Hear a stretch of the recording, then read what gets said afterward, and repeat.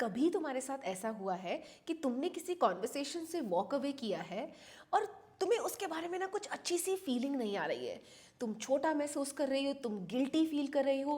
बहरहाल उस कॉन्वर्सेशन में ना ही कोई तुम्हारी बेइज्जती करी गई है, ना ही कोई चिल्लम चिल्ली हुई है, फिर भी तुम्हें ऐसा लगता है कि शायद कुछ ठीक नहीं है।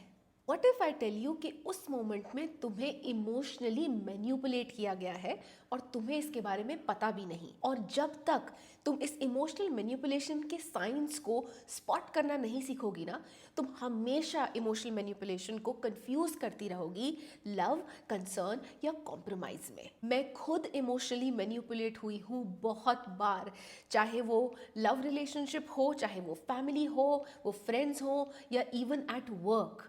तो आज के इस वीडियो में मैं तुम्हारे साथ शेयर करूंगी 5 ऐसे clear psychological science of emotional manipulation using some real world examples, जो मैं मानती हूँ कि हम बहुत सारी इंडियन लेडीज ना इसे क्लोजली रिलेट कर पाएंगी। By the end of this video ना ही तुम्हारे पास वो मीन्स होंगे उस साइंस को आइडेंटिफाई करने के, बल्कि मैं तुमको 3 ऐसी टेक्निक्स दूंगी जो मैंने यूटिलाइज की है to take corrective action and kind of save yourself from it. लेकिन तुम्हें ये वीडियो पूरा अंत तक देखना पड़ेगा, क्योंकि हाफ नॉलेज जो है ना वो थोड़ी रिस्की हो सकती है ना।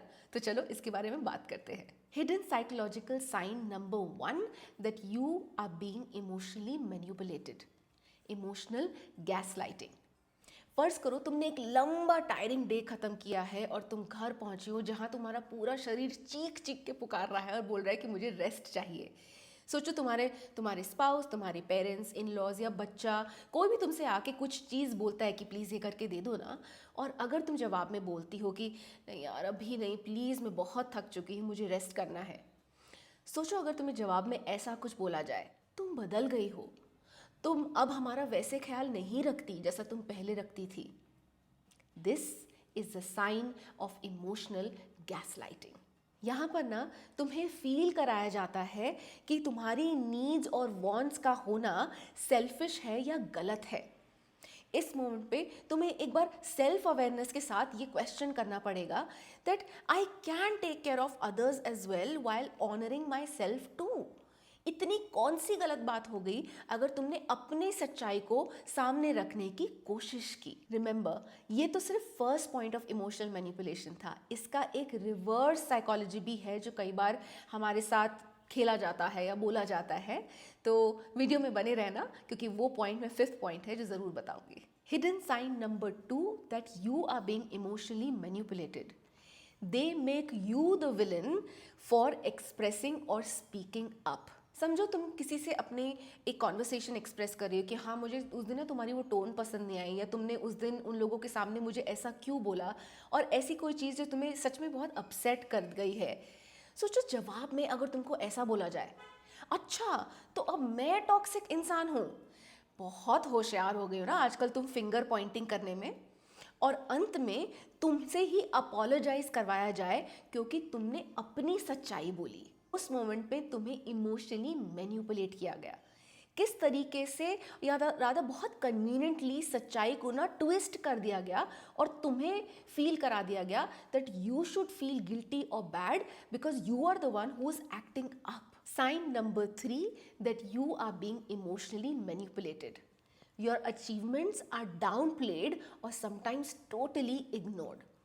सोचो तुमने फाइनली कोई कोर्स कंप्लीट किया, या कोई फ्रीलांसिंग क्लाइंट को एक्वायर किया, या तुमने सोचो बहुत लॉन्ग पीरियड के टाइम के बाद अर्न करना शुरू किया, या ऑफिस में प्रमोशन अर्न किया, और तुम खुशी खुशी जाती हो अपनी इस न्यूज़ को किसी के साथ शेयर करती हो।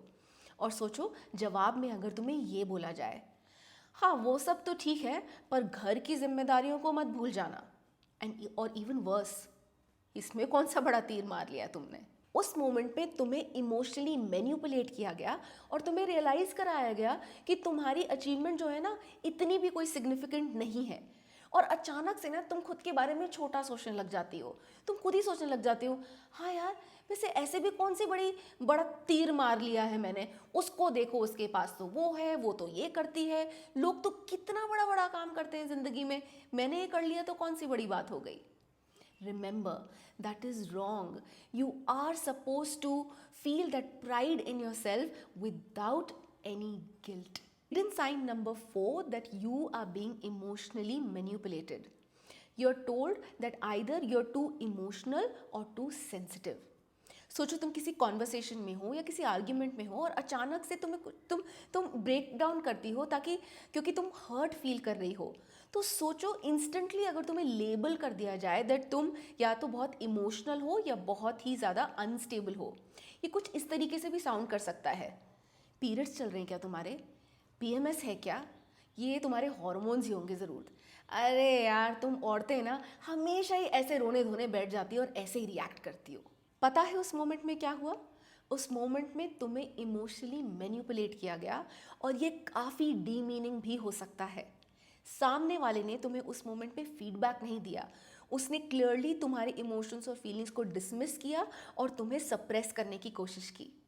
पर याद रखना, you are not dramatic, you were just trying to be honest about your feelings.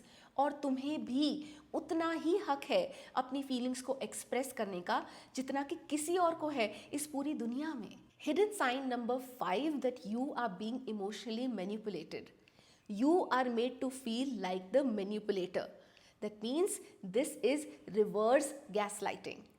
सोचो फाइनली तुमने ओपन अप होना शुरू किया, तुमने बात करने की कोशिश करी, तुमने बोला कि तुम खुश नहीं हो, तुम अपसेट हो, तुम्हें घर से और सपोर्ट चाहिए।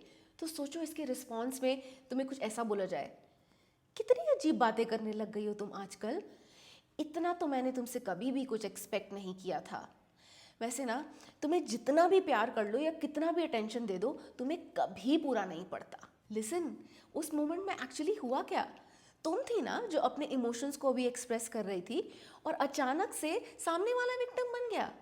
और तुमने जो कोशिश की सिर्फ बोलने की that you deserve more emotional respect, you were made to feel that you are selfish and you are the manipulator. This is reverse gaslighting और ये बहुत ज़रूरी है कि तुम इसके साइन को रिकग्नाइज करना सीखो, क्योंकि यहाँ पर ना सामने वाला तुम्हारी क्लैरिटी को क्रुएलिटी की तरह पोर्ट्रे करने की कोशिश करता है और तुम्हारी इस नई एबिलिटी जहाँ पे तुम बाउंड्रीज को सेट करना चाहती हो वो एक बिट्रेल या धोखे की तरह तुमको सामने से प्रेजेंट करते हैं। ज़रा खुद से पूछो कि क्या सच में it is so unreasonable that you expressed your truth, या ये सामने वाले के लिए बड़ा अनकंफर्टेबल है और अनफेमिलियर है क्योंकि इतने सालों से तो तुम एडजस्ट करती आ रही थी।